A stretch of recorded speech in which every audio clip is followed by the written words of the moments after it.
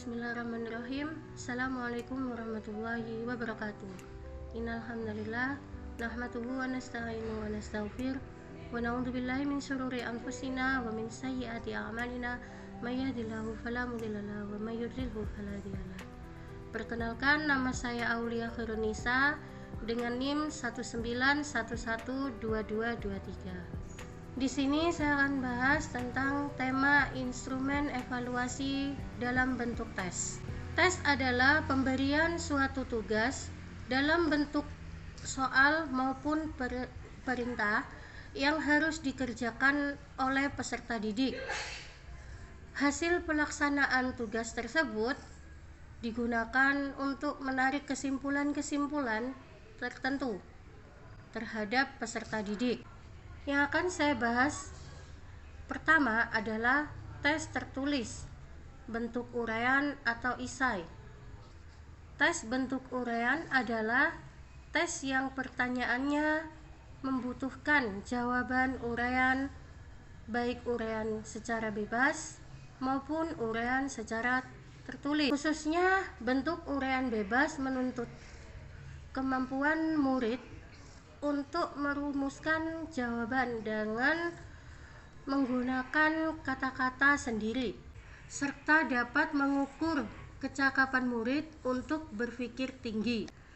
Dilihat dari keluasan materi yang ditanyakan, maka tes bentuk uraian ini dapat dibagi menjadi dua. Yang pertama yaitu uraian terbatas, yang isinya berupa jawaban pasti. Contoh soal.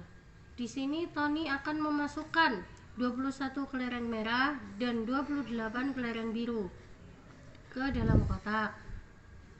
Tiap kotak berisi kelereng merah yang sama banyak dan kelereng biru sama banyak pula. Berapa banyak kotak yang diperlukan? Berapa kelereng merah dan kelereng biru dalam setiap kotak? Yang kedua adalah uraian bebas, yang jawabannya berupa penalaran luas. Dengan contoh soal, di sini coba sebutkan manfaat belajar penafsiran dalam kehidupan sehari-hari. Berikan contohnya. Tes uraian memiliki beberapa kelebihan dan kekurangan. Kelebihan tes uraian diantaranya adalah mudah disusun, bebas dalam menjawab, dan melatih siswa dalam mengeluarkan pikiran. Kekurangannya adalah kurang dapat menilai isi pengetahuan siswa yang sebenarnya. Jawabannya bisa saja bersifat menyulitkan pengetes dalam penganalisa dan kurang objektif. Yang kedua adalah tes hasil belajar bentuk objektif. Tes objektif juga dikenal dengan istilah tes jawaban pendek atau short answer. Jenis yang pertama yaitu melengkapi. Dengan contoh soal di bawah ini. Faktor bilangan prima dari 15 adalah. Kelebihan dari tes ini yaitu mudah dalam penyusunannya.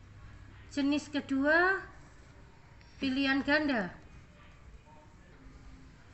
Dengan contoh soal di bawah ini. Hasil pembagian dari 3/4,5 adalah A 3,5, B 2,5, C 1,5, D 4,5.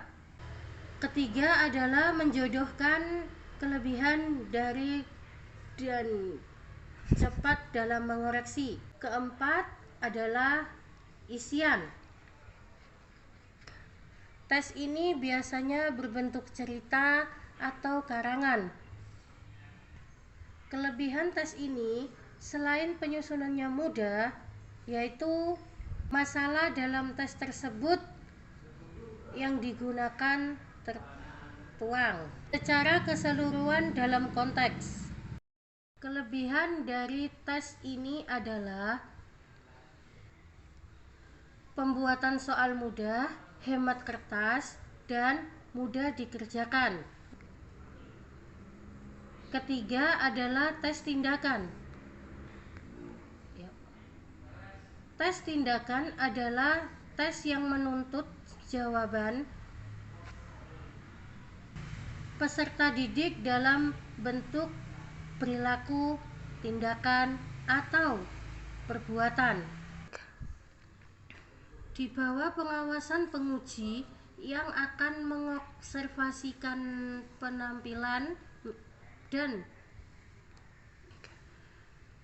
membuat keputusan tentang kualitas hasil belajar yang dihasilkannya atau ditampilkan. Sekian presentasi dari saya. Apabila ada salah dan kekurangan, saya mohon maaf yang sebesar-besarnya. Nun wal qalami wa ma yasturun. Wabillahi taufiq wal hidayah. Waridwan inayah. Wassalamualaikum warahmatullahi wabarakatuh.